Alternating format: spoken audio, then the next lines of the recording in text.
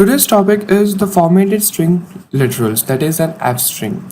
The F string is basically known because of the leading F character in the preceding of the string literals. The F string is basically much more faster than the commonly used methods like percentage formatting and this str.format method.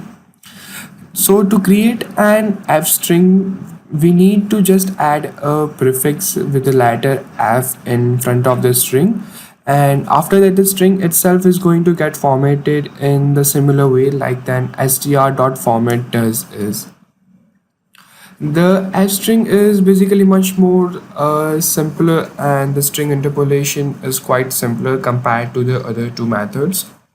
So let me show you an example. Like first we are going to import an library, the import date time, in which we are going to print the today's date, and in the output we are going to take the today, that is date time dot date time of in today.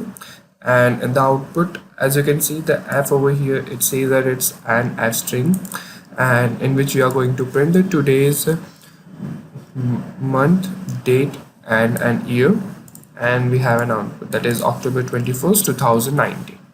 Now moving to the second method, that is we are going to take an input from the user, and after that we are going to have to show that what was your input.